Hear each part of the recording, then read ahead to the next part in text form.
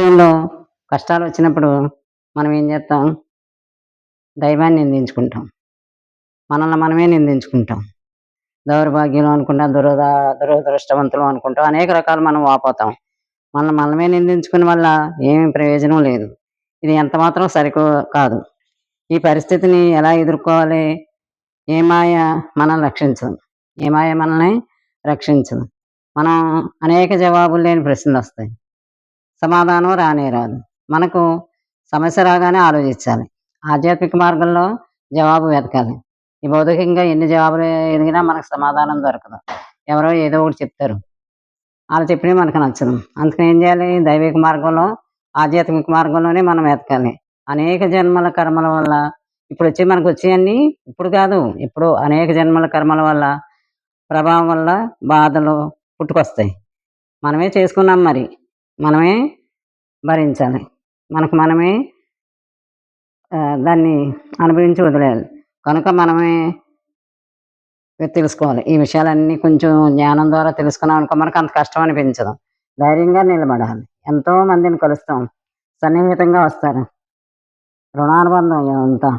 దగ్గరగా ఎంతమంది కోట్లాది మంది ఈ జనాభాలో ఎంతమంది మనకు దగ్గరవుతారు? ఇయన్నీ రుణానుబంధం. భార్యగా, పుత్రులుగా, భర్తగా, స్నేహితులుగా వస్తారా, ఎళ్తారా? ఇయన్నీ రుణానుబంధాలు ఏ జన్మల బంధాలు లేకపోతే ఏమీ రానే రావు. మనకు జరిగే వాటినన్నిటిని అంగీకరించాలి. కష్టాలను అంగీకరించాలి, సుఖాలను అంగీకరించాలి. అంగీకరించకుండా ఇలా ఎందుకు చేయకూడదు, అలా ఎందుకు వాళ్ళ వల్ల వచ్చిందని మనం చేసుకున్న పనులు కూడా ఇతరుల మీద తోసేస్తాం. ఆళ్ళ బాధ్యత చేస్తామనమాట. జ్ఞానం వల్ల మన గురించి మనం తెలుసుకోవాలి. కొత్త కోణంలో మనకు మనమే అర్థమవుతాం. పరమాత్మపై ఆధారపడాలి. దేవుడి మీద ఆధారపడాలి. మనుషులపై కాదు. మోహం ఎప్పటికీ దుఃఖాన్నే తీసుకొస్తుంది. ఎవరి మీదైనా అధికంగా గానీ, ఏ వస్తువు మీద గానీ, ఏ ధనం మీద కానీ, ఏ సంపద మీద కానీ మనం ఎక్కువగా పెంచుకున్నామనుకో అది లభించదు. అంతగా మనం కోరినంత ఏమి లభించదు. అప్పుడు ఏమవుతుంది? దుఃఖం. మోహం వల్ల దుఃఖమే వస్తది. ఏం మా అన్నిటికంటే మనకి ఏం కావాలి? ముందు వివేకంతో ఆలోచించుకోవాలి. పరిమితులుండాలి. మన కోరికలకేంటి, భావాలకేంటి అన్నిటికి. లేకపోతే నష్టపోతాం. పరిస్థితులు వచ్చినప్పుడే మన గురించి మనం తెలుసుకోగలుగుతాం. అన్నీ సుఖంగా వెళ్ళిపోయినప్పుడు మనం బానే ఉంటాం. అంతా బానే ఉంటది.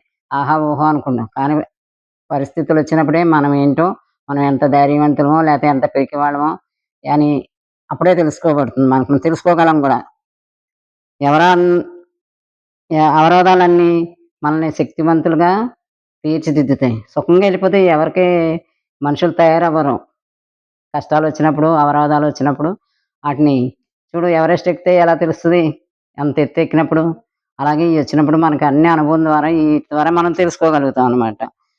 మనలో శక్తి జాగరూకమవుతుంది. లోపల మనకింత శక్తి ఉందని మనకే తెలీదు. అంతంత పనులు మనం చేస్తాం. ఎవరైనా మనం మామూలుగా అయితే ఎవరెస్ట్ ఎక్కలేం. అలాగనమాట. ఇతరుల్ని నిందించడం వల్ల ఈటేమి దాటలేం. అన్నీ మనయే. మనం చేసుకున్నదే. ఎలా ఆలోచించుకుని, స్వయంగా చూసుకుని, మన లోపల మనం చూసుకుంటే ఆధ్యాత్మిక మార్గంలో మంచి మార్గం మనకి దర్శనంలో అయినా, ఏదో మాటల రూపంలో అన్నిట్లోనూ మనకు తెలియబడుతుంది. రేపు ఇంకోటి చెప్పుకుందాం.